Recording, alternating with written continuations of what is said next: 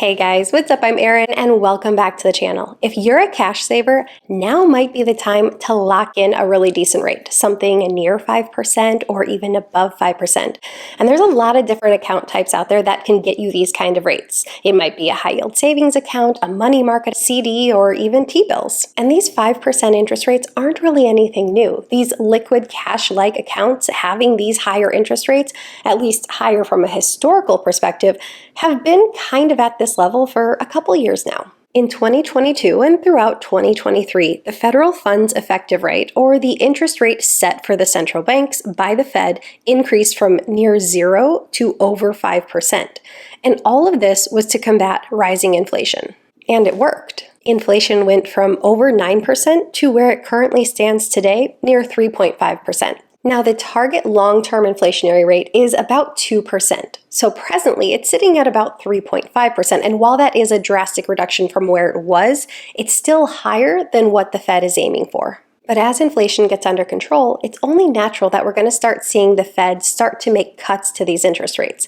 And we don't know exactly when these cuts are going to happen, but we know they're coming at some point. Best estimates from the Fed officials is that we could see up to 3 rate cuts in 2024, or perhaps that we may only see 1 cut to interest rates this year.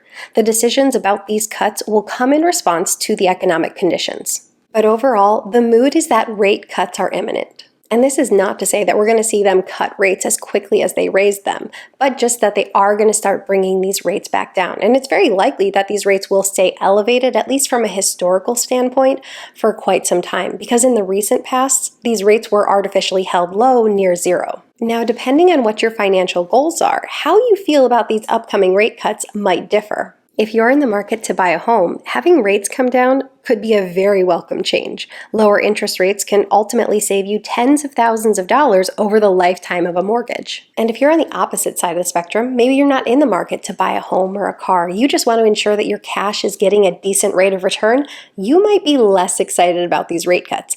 But now might be the time to lock in a really good rate.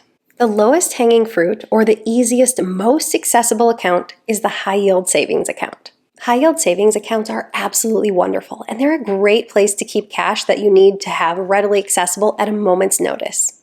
In terms of interest rates, they have interest rates that are significantly higher than, say, savings accounts at a traditional bank, which pay next to nothing.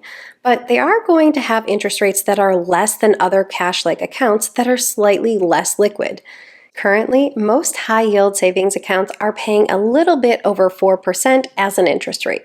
And you accept a slightly lesser interest rate in turn for having immediate access to these funds. And quite frankly, that can be a wonderful trade-off because sometimes we need to have funds that are just readily accessible. But the sad fact of the matter is that most people do not use high-yield savings accounts instead of traditional savings accounts. Overwhelmingly, the vast majority of people default to a traditional savings account. But I wholeheartedly believe that the switch from a traditional savings account to a high-yield savings account is well worth the effort, and it's not a lot of effort at that. Now, while I personally love a high-yield savings account, that is not where I tend to keep my entire emergency fund. Rather, I tend to keep a few $1,000s there, just something that's there and at the ready, readily accessible whenever I need it, but the remainder of my emergency fund, I prefer to put in other cash-like accounts that are capturing a slightly higher interest rate. CDs pay higher interest rates than high-yield savings accounts, and they're currently at or north of 5%. You get a little bit of a higher interest rate because you compromise that your money is now a little bit less liquid, well, compared to the high-yield savings account at least.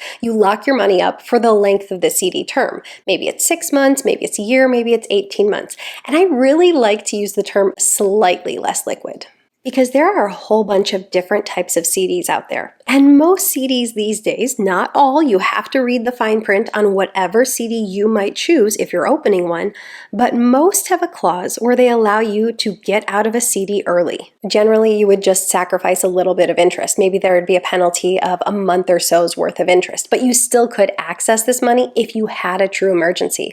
And recently, I've actually even seen CDs that allow for partial withdrawals, meaning you don't even have to cash out the entire thing, and that can be really convenient. The great thing about a CD is that you are guaranteed a set interest rate. When you get a CD, you lock in that rate for the entire length of the CD term.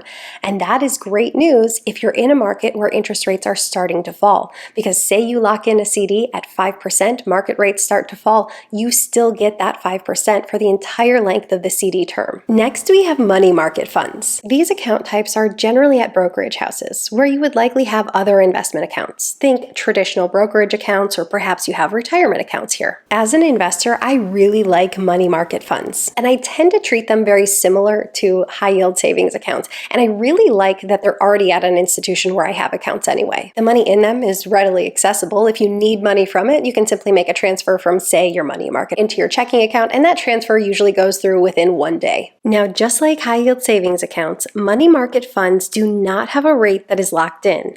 Rather, it fluctuates with the market rate. But also worth noting that money market funds tend to pay higher interest rates than high yield savings accounts. Typically, the interest rate paid on money market funds is really more in line with CDs. But the big distinction being that it is not locked in. It will fluctuate with the market rate. And while I do think a money market is a great place to keep an emergency fund, I don't necessarily think if you're looking to lock in an interest rate right now that these are necessarily the best accounts, because as the Fed starts to lower interest rates, the interest paid by money market funds will fall as well. Government-issued bonds can be another great place to find a good locked-in interest rate. Now, the default government issues that I tend to like are T-bills, and I do have a video that goes over practically everything you could possibly want to know about them, and I will link that down below. But as a brief once-over, T-bills are short-term government securities sold at a discount of their face value and sold for a term length of 4, 8, 13, 17, 26, or 52 weeks.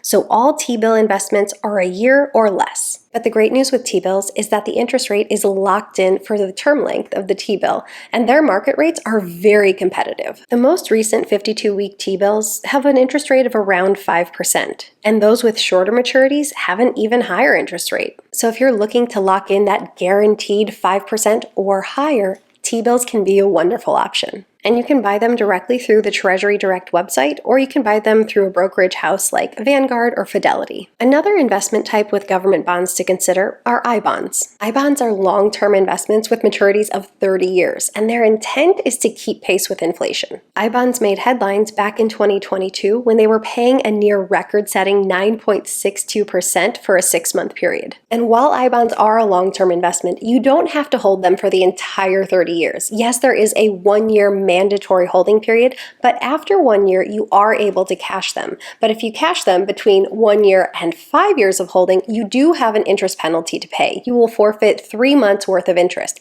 But if you cash after 5 years of holding, there is no penalty. Also, there are limits to the amount of I-bonds you can buy in a year, and I-bonds have a set interest rate for only 6 months at a time. Every 6 months, that interest rate is reset according to the interest rates in the market. So I certainly think I-bonds can be a great place to put cash and have it earn a decent interest rate, but outside of locking in that rate for 6 months, we can't really say that you have a guaranteed rate for the long term beyond that 6 months. So my personal 2 cents is that if you're truly looking to lock in a good interest rate, right now I would be looking at CDs or T-bills because they truly lock in that rate for the length of the term.